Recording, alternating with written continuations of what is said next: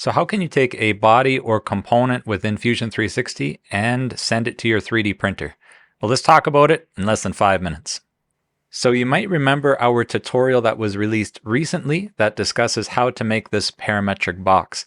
And the brilliant thing about this is if you go to our parameters, you can change things like the width, the depth, and the height very easily.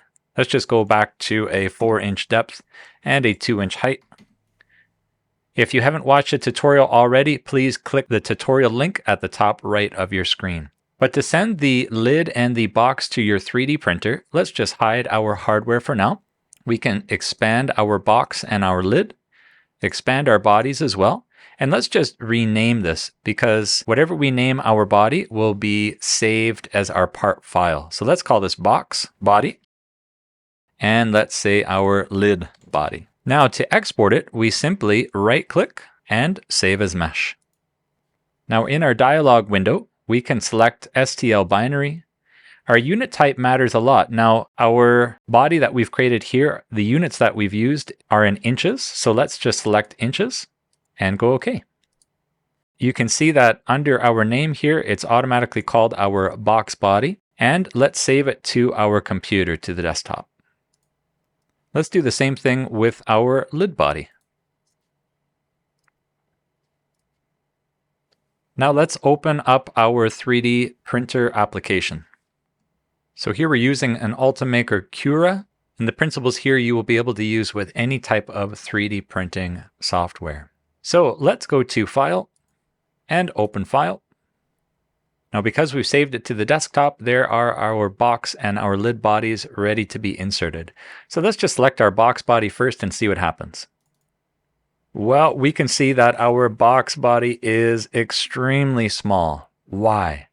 Well, because in Fusion we exported the body as imperial or in inches, whereas Ultimaker's software here, the application, will automatically assume that we are importing in metric. So our body, instead of being 6 inches by 4, it is actually 6 millimeters by 4 by 1.8. So clearly this is not right. But don't worry, we don't have to delete anything on our screen. Let's just go back to Fusion.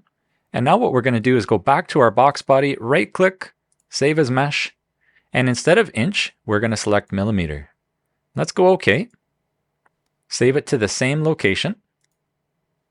Yes. Now let's look what happens when we bring up Cura again. At the bottom of the screen, we'll see that the file has been modified. Would you like to reload the box body? Yes. And it automatically updates to our most recent file. So we could just go ahead and print that, no problem.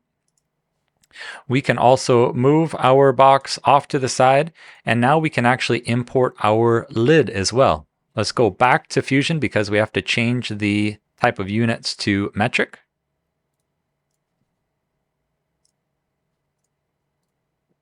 And now we can input our lid file as well.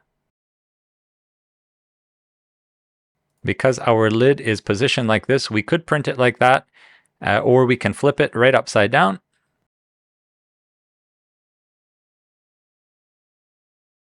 And there we have it. Our parts are ready to be sliced and printed. Now the brilliant thing about creating a parametric model is if we go back to Fusion and we change the size of our box, let's just bring that off to the side. We'll change the width to 4, maybe we think it's a little bit too big, and our depth to 3, and our height to 1.5. We can go OK. Let's export these again. And now when we go back to Cura, we can reload them once again.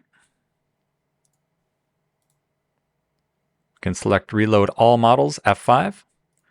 And our parts are automatically loaded into our 3D printer software, ready to be sliced and printed. If you've benefited at all from this tutorial, please consider liking and subscribing. If you have any questions, put them in the description below. Otherwise, stay tuned for future tutorials, and thanks for tuning in to the Learn It channel.